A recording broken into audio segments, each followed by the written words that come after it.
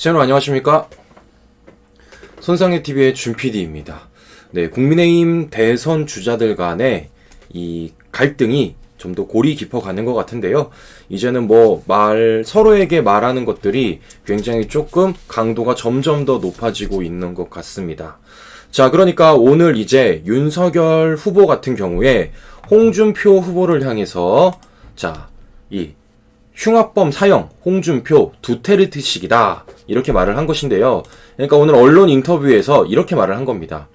홍준표 사형 주장에 대한 생각에 대해서 오늘 윤석열 후보가 밝힌 것인데요. 행정의 수반인 대통령이 형사처벌에 관한 사형 집행에 대해서 언급하는 것이 좀 어떻게 보면 두테르테식이다 라고 발언을 한 것입니다. 자, 그러니까 두테르테라고 한다면 이제 필리핀에서 굉장히 공포 정치로 유명한 이 독재 정치인인데요. 자, 말을 하기 이렇게 말한 사람입니다. 사형제를 부활하면 매일 5명에서 6명의 형 집행을 하겠다. 그러니까 사형제도를 이 대통령이란 권한을 가지고 제멋대로 휘두르고 있는 사람이 바로 이 두테르테입니다. 그런데 지금 윤석열 후보가 이러한 두테르테를 마치 홍준표 후보와 똑같다 라는 식으로 지금 말을 했다라는 겁니다. 자, 이걸 가만히 듣고 있을 또 홍준표 후보가 아니죠. 자, 그래서 홍준표 후보가 바로 치고 나왔습니다. 어떻게 치고 나왔냐? 바로 이렇게 나온 겁니다. 문재인이 두테르테고 윤석열은 하수인이라는 겁니다. 그러니까 오늘 홍준표 후보가 자신의 SNS에 글을 올린 것인데요.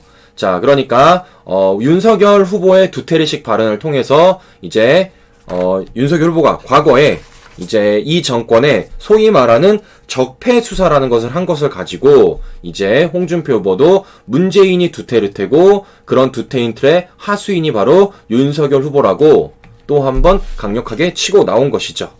자, 보시는 것처럼 자, 두테르테, 하수인 이런 단어들을 쓴 것만 하더라도 지금 국민의힘 후보들의 이 싸움이 정말 끝까지 갈 것 같다. 어쩌면 이보다 더 심한 발언들이 단어들이 나올 가능성도 굉장히 높다라는 것입니다. 자, 그런데 지금 이러한 과정 속에서 이 끼지 말아야 될 사람이 껴가지고 제가 이 방송을 해드리는 건데요. 자, 바로 누구냐? 유승민입니다. 야, 우리 소위 말하는 낄낄 빨빠라 그래서 낄 때 끼고 빠질 때 빠져야 되는데 이 지금 싸움판에 유승민이 끼어가지고 지금 이런 말을 한 것입니다.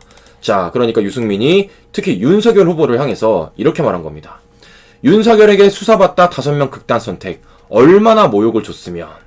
자, 그러니까 내용인 즉슨 자, 유승민이 윤석열 후보를 향해서 두테르테 본인부터 되돌아보길 국방이 8년간 겪어온 고 이재수 장군은 훌륭한 군인이었다. 윤석열 후보는 문재인 정권의 사주를 받아 고 이재수 장군이 구속이 결정되기도 전에 수갑을 채워 포토라인을 세우는 등 참을 수 없는 모욕을 주었다.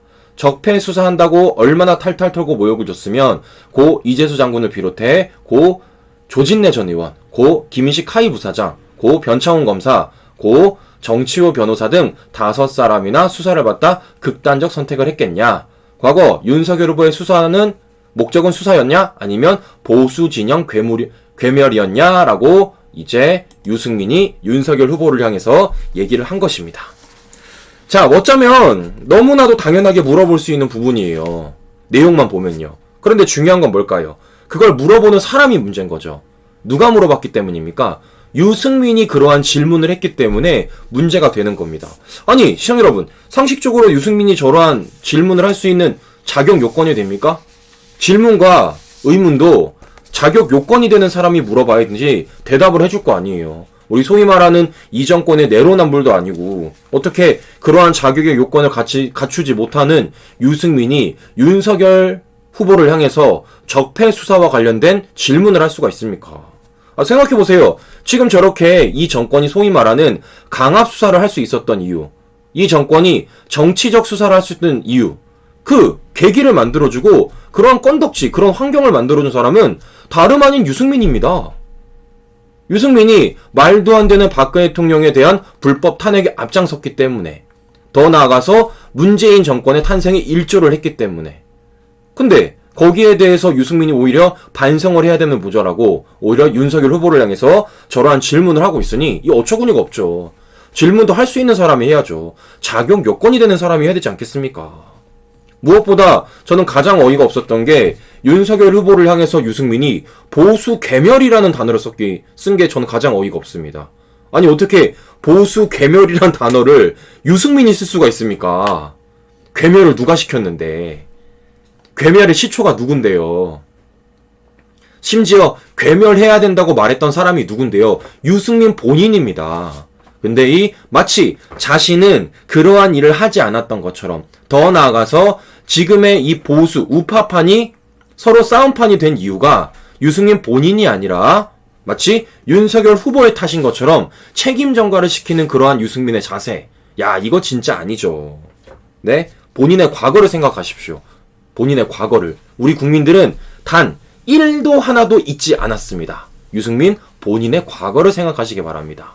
그리고 싸움판도 낄 때가 있는 겁니다. 네? 숟가락을 올릴 때도 자리를 보고 올려야 되는 거예요.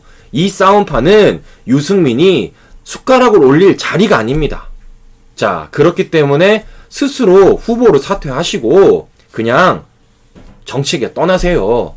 그게 정치적으로 책임을 질 수 있는 유일한 방법입니다. 제발 이 말도 안 되는 싸움판에 숟가락 올려서 애먼 분란 만들지 마시고 이제는 그만 정치권을 떠나셔서 우리 국민들에게 평생 동안 사죄하는 모습 보여주시기를 바라도록 하겠습니다.